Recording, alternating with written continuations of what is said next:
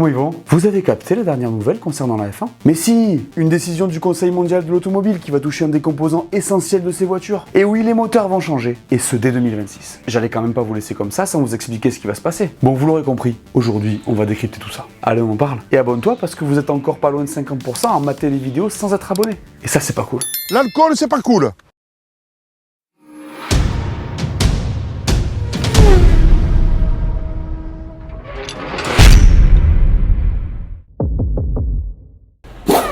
Entrons dans le vif du sujet, les gars, parce qu'on n'a pas de temps à perdre. La pierre angulaire de cette nouvelle réglementation, c'est le carburant. Le carburant utilisé devra provenir de sources durables à 100%. Donc il pourra s'agir de produits non issus de l'industrie agroalimentaire, de déchets municipaux ou du captage du carbone. Du coup, aucun carbone fossile ne sera utilisé dans les carburants de la F1, ce qui veut dire qu'aucun carbone fossile ne sera rejeté dans l'atmosphère. Mais du coup, les voitures, elles seront plus lentes. Et non, parce que sur le papier, les performances seront égales ou supérieures. Donc vous l'avez compris, avec ce carburant qui n'émettrait aucun CO2, la F1 pourra encore une fois remplir son rôle de laboratoire de l'industrie. Et sincèrement, j'espère que ça va marcher. Donc pour résumer, les gars, voici les points importants des nouveautés concernant le carburant. Tous les composants du carburant doivent être entièrement durables, donc ça on l'a dit. La réduction globale des gaz à effet de serre sera conforme et restera conforme aux dernières normes européennes en vigueur. Super, mais normal. D'autres paramètres seront limités pour s'assurer que le carburant développé est une essence adaptée et prête à l'emploi, qui sera compétitive, quelle que soit la méthode de production utilisée. Ce qui veut dire qu'on contrôlera qui utilise quoi en termes de carburant, afin que la méthode et le produit respectent donc les normes et les règles.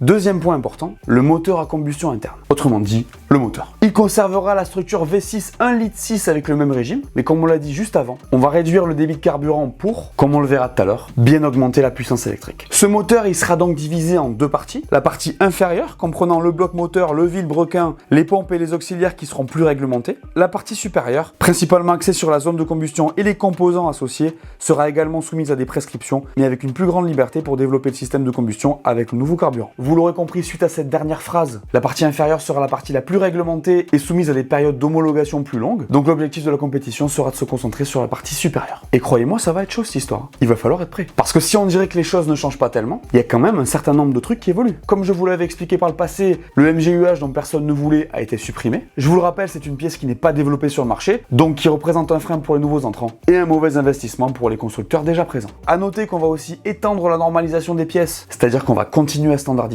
Et enfin, on a étendu ce qu'on appelle le périmètre de fourniture pour que les pièces comme les systèmes d'échappement et les auxiliaires soient conçus pour une durée de vie complète de l'unité de puissance, ce qui permet de réaliser des économies importantes sur une saison. On va donc essayer d'homogénéiser la durée de vie des pièces pour éviter qu'un pot d'échappement pète avant le moteur par exemple. Et donc pour que vous le sachiez, afin de contrôler tout ça, la FIA a mis en place un calendrier spécifique. Du coup, ça va donner quoi niveau puissance? On va quand même pas oublier l'essentiel. On va le voir juste après, mais l'énergie électrique va prendre de plus en plus de place dans la combustion. Donc comme je l'ai dit avant, on utilisera moins d'essence, donc aussi moins de poids. Ce qui fait qu'on devrait quand même atteindre les 1000 chevaux. Et ça, c'est beau. Est-ce que vous connaissez les chiffres liés au poids du carburant là depuis 2013? Jetons un œil. En 2013, on avait besoin de 160 kg pour une course. En 2020, on était à 100. Et en 2026, on vise 70 kg. On parle donc d'une réduction de 50% en 7 ans. Et ça, c'est fort.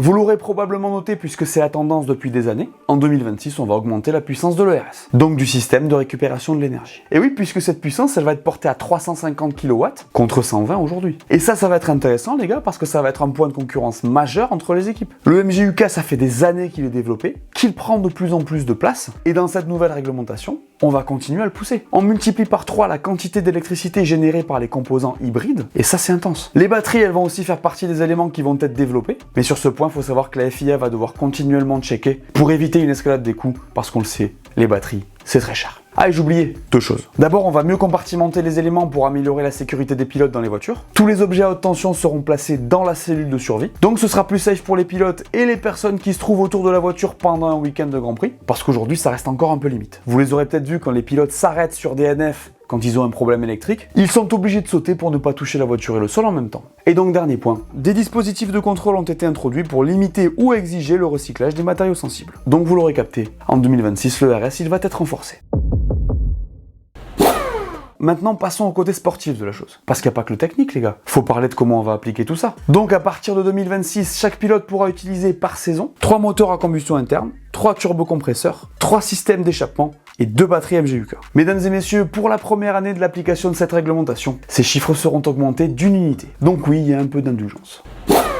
Alors je vais rentrer un peu dans le détail ici pour vous parler du banc d'essai. Parce que c'est un peu complexe, mais c'est important. Le banc d'essai, c'est tout simplement le développement du moteur par étapes. À partir de 2026, on va attribuer des définitions claires aux différents bancs d'essai pour plus de contrôle, notamment sur les budgets. Je sais que ça va peut-être pas vous marquer, mais bon, on sait jamais. Dynamomètre monocylindre 3, dynamomètre d'unité de puissance 3, dynamomètre de chaîne motrice 1, dynamomètre pour véhicule complet 1, banc d'essai ERS 2. À savoir que le dynamomètre, c'est un système qui permet de mettre le moteur en phase de test dans des conditions similaires à la réalité. Bien entendu, je grossis le trait. Comme vous pouvez l'imaginer, le nombre d'heures de développement est aussi limité, et voici comment c'est réparti. En 2022, on aura 300 heures sur le moteur et 200 sur le RS. Entre 2023 et 2025, il y aura 5400 heures de développement autorisées sur le moteur sur les 3 années, et 3400 sur le RS. En 2026, moment fatidique où on saura qui a réussi ou échoué la construction de son moteur, on aura droit à 700 heures de développement du moteur et 500 de l'ERS. Et enfin, de 2027 à 2030, on passera à 400 heures pour les deux. Tout ça sera donc très réglementé, et vu à quel point on veut contrôler les budgets, les équipes feraient mieux d'optimiser tout ça au maximum.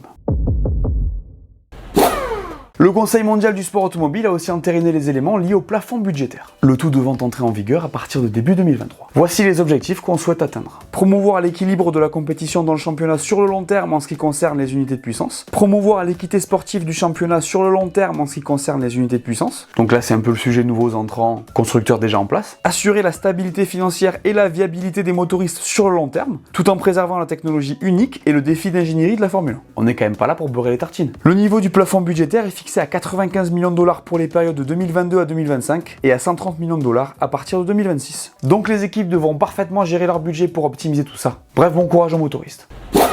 On imposera donc des plafonds, mais bien évidemment, ils ne concerneront pas tout. Voici ce qui en sera exclu. Activité marketing et historique, dépréciation, coûts financiers, taxes, pertes au taux de change, activité de RH, activité financière et activité juridique, coûts de santé et de sécurité, activité non liée à l'unité de puissance, construction et entretien des unités de puissance louées aux équipes clientes, activité des unités de puissance de la génération actuelle. Bon, cette liste, elle m'étonne pas. On parle de plafond de dépenses liées au moteur, donc rien de bien fou.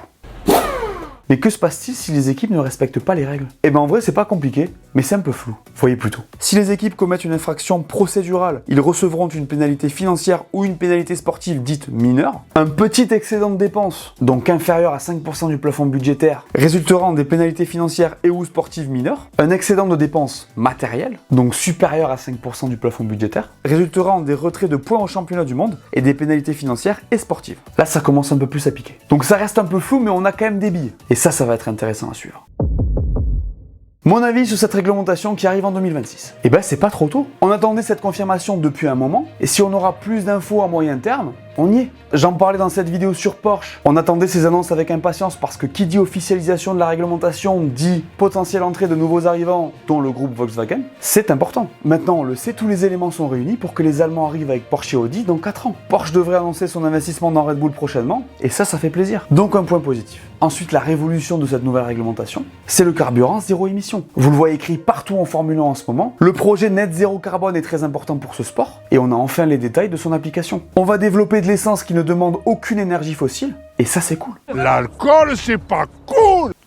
La F1 va pouvoir remplir son rôle de labo de l'industrie, et ça je valide. Et oui, si le marché arrive à utiliser ça par la suite, c'est tout bénef, non? Deuxième point positif. Ensuite, je sais que certains d'entre vous pourront penser quand ils voient qu'on reste sur le V6, que les choses ne changent pas tellement. Mais détrompez-vous. Certes, on garde un moteur similaire, mais on change énormément de choses dans la structure. On enlève le MGUH, ce qui est une révolution, et on donne beaucoup plus de responsabilité à l'énergie électrique, ce qui va être un immense challenge pour les équipes. Je préfère vous prévenir les gars, pour les motoristes, ce moteur, ça va pas être une partie de plaisir. Il va falloir créer un groupe propulseur rapide, fiable, complètement nouveau, tout ça en respectant les budgets de cap et les limites d'heures du banc d'essai. C'est pas gagné, et la fiabilité ça risque de pas être facile. Faudra scruter ça, et je peux vous le dire, en 2026, ça va jouer son rôle. Je sais pas si vous vous rappelez de 2014, mais l'arrivée de ces nouveaux moteurs là, c'était encore une autre paire de manches que ce qui se passe en 2022. Ça cassait, ça broutait, ça marchait mal. Bref, ça donnait des sueurs froides à tout le monde. Enfin, il y a un truc que je vous ai gardé pour la fin et auquel on s'attend vraiment pas, c'est que ces voitures pourraient être bien plus difficiles à piloter. Et oui, avec la suppression du MGUH, il y a un truc qu'on appelle le turbo lag qui pourrait faire son retour. En gros, c'est un décalage du turbo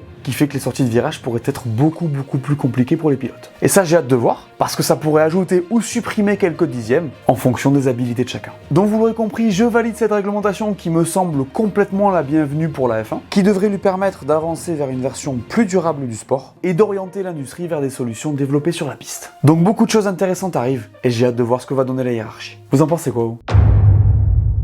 Voilà, merci à tous de m'avoir écouté, j'espère que cette vidéo vous a plu. Laissez-moi un pouce bleu, dites-moi en commentaire ce que vous pensez de cette nouvelle réglementation. N'oubliez pas d'aller voir mes dernières vidéos que vous n'aurez pas vues, dites-moi tout. Et on s'abonne. Allez, ciao!